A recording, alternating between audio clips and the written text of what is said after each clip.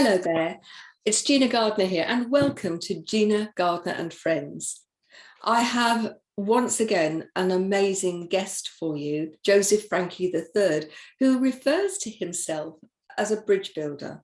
Now, we're not talking about Isambard Kingdom Brunel and building bridges across rivers and across railway lines. But when I asked him, how would you like to be introduced? He talked about the fact that if you know where you are and you know where you want to go, then what he does is to help people build a bridge between the two.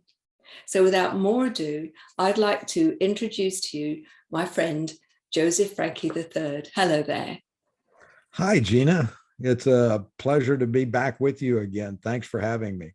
Oh, it's such a privilege and a pleasure to have you on the show. You know, one of the things that strikes me is that we are at a time of great change. But before we get into the body of our talk, and we're going to be talking about how people, and your words are, under merchandise themselves, it'd be really great if you could introduce yourself and tell something of your story, because you've got a pretty amazing story to share. Well, Gina, I grew up in a rural environment it was a great place. It was 10 miles from the Mexican border and 21 miles from the coast. And just, it was a great experience. But a month after I graduated from high school, I was in the Army. I went to the academy and then 34 years in the Army and then another 20 or so years in the private sector. And it just became apparent to me in the last 6 or 7 years, okay, what do I bring to the table? Yes. And with the help of my wife, she said, I hear you talking to these people and you sound like you're developing officers in the Army. And so it just became a blinding flash of the obvious that really what have a niche for and what I'm good at is career developing people, because I've done over 40 years of it, both in the military and the private sector. And so what I do today is just a nuance built on that. So sometimes it's helping people get what they want with LinkedIn. Sometimes it's executive coaching. Sometimes it's helping them negotiate contracts with companies. It's third-party exit interviews on why this person really left the company and those kind of things. It all has to do with people and their interface with working.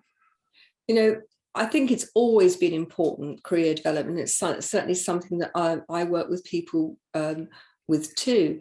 But I think we are people talk about being in unprecedented times. And I think there is no doubt that we are in very challenging times. And lots of people are looking for a new job because they're unhappy or because they've recognized that it's not their true passion or purpose. Or people haven't got work and they're desperate to get into work, or they're transitioning from the military into commercial world. So talk us through what you think are the really important things for people to consider when they are looking for a job or looking to change their job or change direction. Well, in today's world, there's always the trades and they have their ways of finding that, but everything above that that involves leading a team or a project or the first elements of being a supervisor, whether you like it or not, you have to be in the LinkedIn playing field. And that is how you're going to be found for those opportunities. And people will say, well, I'm just going to apply. And I always tell them, I said, more and more people are using the LinkedIn tool to find who they want. LinkedIn is creating apps and tools for companies to use to go out and compare people's LinkedIn profiles. You might have seen that, as you kind of play with the tool. So if you are not out there, what about the jobs that are not posted? Yes. Do you ever want to be considered for the ones that are not posted? Well, they're looking on LinkedIn because that is the weapon of choice today. LinkedIn is owned by Microsoft. every second of every day, 2 people join LinkedIn. So yeah, it's, I wish somebody looked at my website every 2 seconds. But I mean, okay, so they're owned by Microsoft. So anytime that there's a new thing out there or something that could benefit or, give LinkedIn an extension, let's face it, they have the cash to acquire new ideas. And if you look at their record, they've done so. They've added an educational piece and all those other kind of things. And so they're the biggest near-term competitor in that market currently. What strikes me is that anybody can put a profile onto LinkedIn. It doesn't cost anything. And that you can start to build out your profile. And that becomes, if you like, your shop window, doesn't it? People can see you and how you interact with others and the world through your LinkedIn profile, through your posts, your articles, and so on, and how you interconnect with other people on the platform. So what you just described, Gina, is an oil portrait. So it's an oil portrait. You can make it realistic. Yes. You can make it romantic. But what a resume is it's just a black and white picture snapshot of your intellectual capabilities, if you look at it. But what LinkedIn provides you is this entire ability to paint yourself both on an emotional intelligence perspective as well as an intellectual perspective. So most people do not use LinkedIn to its full capability, and that's because, for the most part, I was just working with a woman in Norway 30 minutes ago, and she was saying, "Well, I haven't been looking for a job in the last 7 years." And she told me what she wanted, and I said, "Well, you're going to have to be out there enough so that you're seen, because you're wanting to get a opportunity in another country from Norway to go to another country. So if you're not seen, and how many people, put advertisements out for SVP positions? Well, they don't. No. They're all, kind of confidential, searches that are going to be done either by contract, contingent, or retained executive recruiters. So, Joseph, what would your advice be to someone who has made a decision that they want to look for a new job, want to change direction, or they want promotion within the same sector? What for you would be the cardinal rules to get the very best out of the process? Well, think about, everybody tells me, Joe, just get me in front of the person. If I can get in front of the person, I can get the interview. And I'd say, well, okay, then what are you going to say in that interview? Yeah. And what they have is really, a really great story and all that kind of stuff. Well, see, what LinkedIn has done is given you the ability to go and populate yourself and your story about what you can bring to the table, and so it's easy for people to go there. It's in the recruiting world, there's this old story, and I'm not saying I believe it, but they say that recruiters and HR are the laziest people on earth. And when you think about it, it's your responsibility to package yourself up, put yourself in a nice little box, get the best wrapping paper available, get you a really nice bow, so that everybody else can hit the easy button. In other words, you need to do the work. Yes. You need to do the work up front and sell yourself. Used to 7 or 8 years ago, when I was doing executive recruiting, I could see by whoever, gave me a resume, okay, there's stuff in between. They probably did this in this job, and they probably did that, and I'd have them for coffee, and we discuss that, and you extract that out of them and all that kind of thing. Well, nobody has time for that anymore. No. So what happens is it's your responsibility, to do that. And we are in a noun and verb war with our Okay. competitors. Right. You are in a noun and verb war with your radio show. Okay. Just clothe that a little so that people who are listening can understand what you mean. Yeah. So anyway, it's up to you to tell your story. Yeah. It's up to you to use good qualitative metrics. If Gina were telling me, she said, well, I am a great radio host. Okay. Well, okay. But there are also other great radio hosts. But if Gina tells me, hey, I'm a great radio host, I started this new radio show, and I've got 360,000 listeners, and then the very next month we get 430. Okay, what Gina's done is she's given me a metric that measures her performance, and everybody in whatever they do produces. In other words, you either make money, you increase efficiency, you reduce man hours, you complete projects. Those are the stories. Yes. And LinkedIn gives you the ability to populate these stories in a way that says, I can do this, I make a difference, here are the net results. It's really interesting. I've done a lot of work with people, and one of the things that I found quite interesting is how difficult some people find it to actually acknowledge their skills, attributes, their strengths. They can do it for other people, but they find it very difficult to do for themselves. In fact, I was working with somebody last night, and I asked them to think about, what are your skill set? You want to change industries. What are the transferable skills? Right.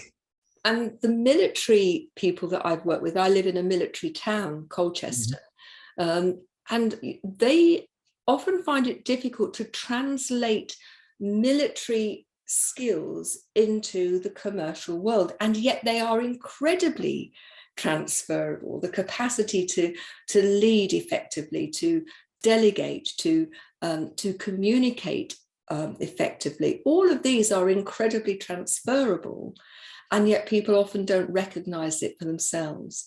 What would you say to people? How do you help them create the very best story?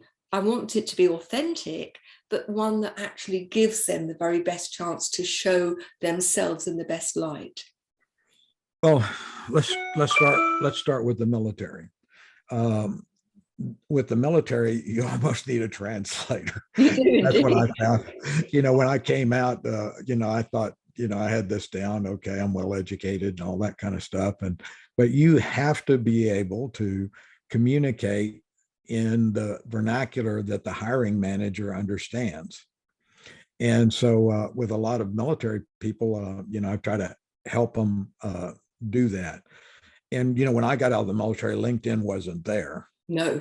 And so, it was just in its very beginnings. It was very rudimentary, but, I saw a lady expose that to me and says, there's a lot of power.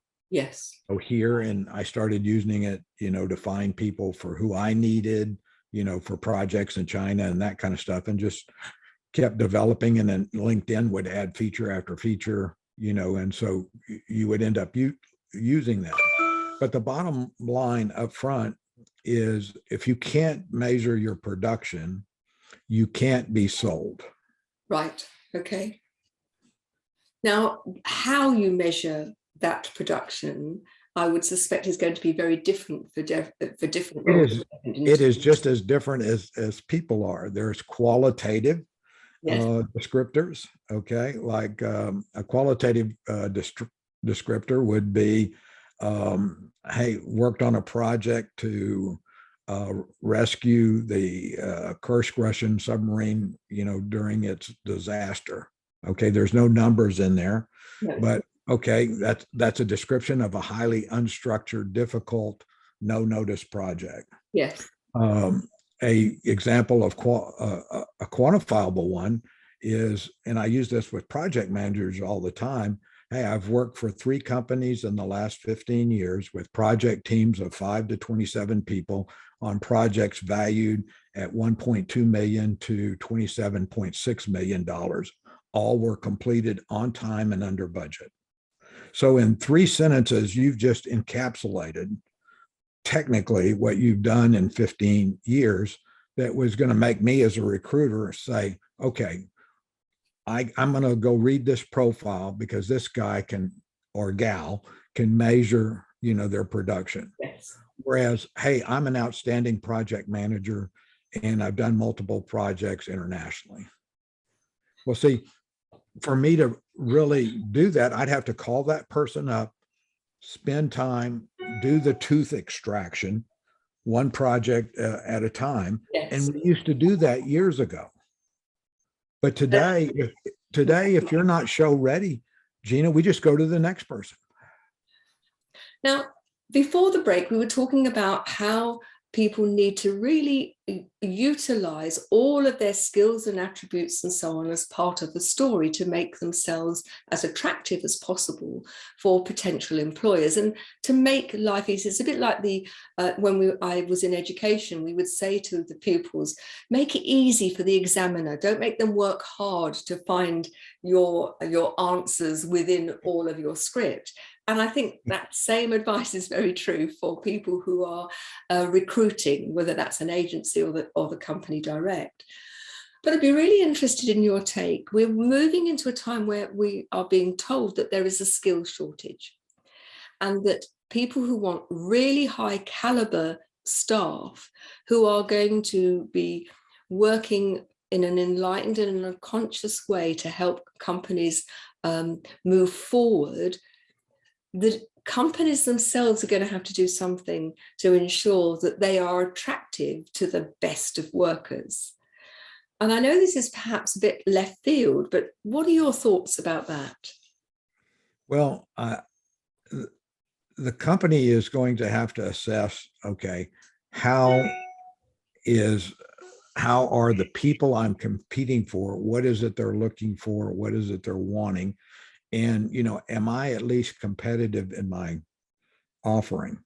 Yes. And so, in different parts of the US, it's going to be different ways. In fact, I'm working with one company right now that's thinking about moving its location from one part of the US to Texas because they feel that people have more of a work ethic, would be more amenable to come to the office, those kind of things, as opposed to them trying to do everything from out of the office. Okay. And so there are going to be net changes based on people's desires, companies' desires, kind of a reshuffling of the deck to get some sort of equilibrium. In fact, I read a really good article on LinkedIn. It was all about the change in leadership, all these leadership things. And I said, well, I need to read this because, the world's changing. Yeah. So I'm reading this really in-depth article. And I said, my God, leadership hasn't changed. In other words, it was just new words to say the same things. But at the end of the day, leaders, need to take care of the people they have. They need to be able to communicate effectively. And more importantly, they need to listen. And all of that was just boxed up in new, what I'd call serial talk, Yes. But there wasn't any new dynamic of saying, okay, because even if a person's working at home, I mean, the supervisor, needs to keep up with people, check on them, do all the kind of things that you would normally do in an office environment. It's interesting, isn't it, that we look at leadership, and you say quite rightly so that often people are using language. I call it the emperor's new clothes language. Here it is, really new, and it's something very special. But when it boils down to it, that great leadership is great leadership and has always been great leadership. What I do believe is that because of the pressures that many companies are under, that many leaders have fallen into the trap of becoming very driven simply by the numbers and have forgotten that the people are their treasure. And that when they lead in an enlightened way, that they lead with integrity. And we've had plenty of examples where there's been a lack of integrity. They lead with the courage to do what's right and not always what's easy, and to lead with compassion and care, not only for their staff, but also for the environment and so on. And it just strikes me that we are moving into a time when having real clarity about who you are, what you offer on both sides, so that there is a shared expectation, will lead to greater success in terms of people working within an organization and the organization succeeding. It does. I mean, loyalty is a two-way street. I agree. If you're a leader, you have to be loyal down just as much as you need to be up. And my grandfather always used to say, God gave you 2 ears, so you need to be listening twice as much as talking at a minimum. And I think people kind of forget that. You can really learn a lot about your organization if you're willing to walk around and just listen. I use the same phrase myself, that, you've got 2 ears and 1 mouth. And I think it's so often missing, both from leaders, but also from employees, that ultimately, listening to other people within your organization and understanding what the vision is and what people are trying to achieve, it all takes, effective two-way communication. Now, I'm conscious of time. So, Joe, where can people find you? Well, they can find my book on Amazon. It's called LinkedIn, the 5-minute drill for executive networking success. Now, that sounds like a mouthful, but that's actually being used in high school business classes because it's a 1-hour read. Okay. And Lori Ruff, my co-author, we're both thought leaders on LinkedIn. So you get a women's perspective and that military engineer kind of perspective. And the hardest thing I think we have ever done is write a 1-hour book. Churchill would always say is, if you want me to talk 30 minutes, I'm ready to go. But if you want a 2-minute speech, I need 6 weeks. Yes, that's very true. So trying to get this book, down to where it was a 1-hour plane flight, bus ride type book was very tough, but we got it. It's being well received. It's 4.9 out of 5.0 on Amazon. And it's got a lot of things that'll help you in the back. Other than that, I'm on LinkedIn at Joe Frankie III. I'm an author on Amazon at Joe Frankie III. Twitter, Joe Frankie III. There's a consistent message here, which is really great. So it's Joe Frankie III. And so that's at LinkedIn, Twitter, and Goodreads.